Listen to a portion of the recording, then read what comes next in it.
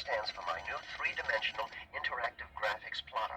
Let's say we run up against someone wearing a disguise and want to find out who he really is, like this man here. I simply break down his face with my IGP, then activate my linear predictive graphics routine, and voila, a 3D reconstruction of the real thing. They're highly classified prototypes, Michael, the most sophisticated and lethal conventional weapons in the world today.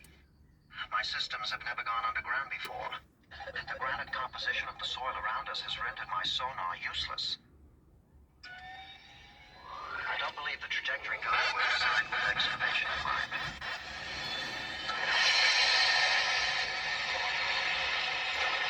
There doesn't appear to be enough oxygen to achieve combustion for turbo boost.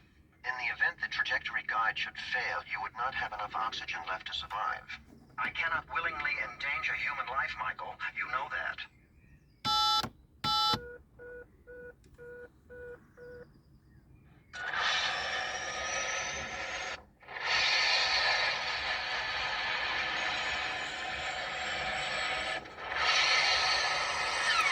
The particular tumbler configuration on this key was used on a brand of lock designed principally for lockers.